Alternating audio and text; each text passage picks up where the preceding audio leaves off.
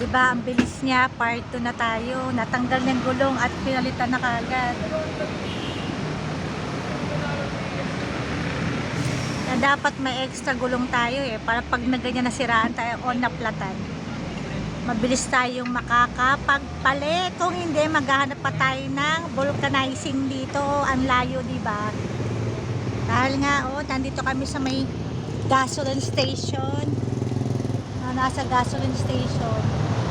Pero wala sila ditong pang vulcanize. Buti na lang talaga may dala tayo yung another gulong. Kaso manipis na yung ating mga gulong. Okay lang pang emergency yun. Kahit manipis, kailangan laging may dala tayong extra. Ayan na, kakabit na lang daw niya nang walang kahirap-hirap. Ang dami niya ng trabaho ngayon. Isa na siyang vulcanizer. Ano? Vulcanizer ka na ba, di? Daddy, ano ka na? AB. Ano AB? Advanced vulcanizing. Alam mo? Ganda ng trabaho mo ah. Mamang vulcanizer ba? Kaya kailangan daw, pagkatapos niya magpalit ng gulong, kakain daw kami ulit. Dahil natunaw daw ang kanyang kinain dahil sa pagtanggal ng gulong.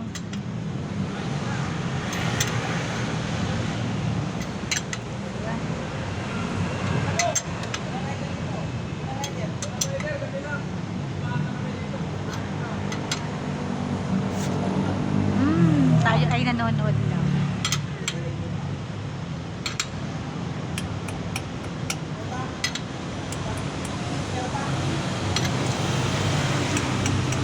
Hirap masiraan ng gulong.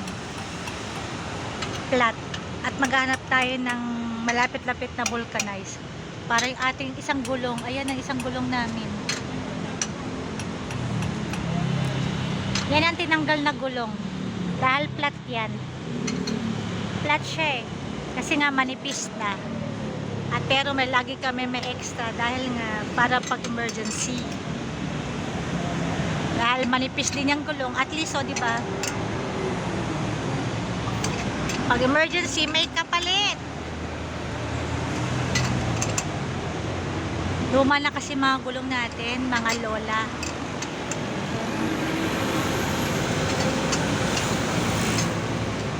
Pero kung nagagamit pa, ay itabi lang.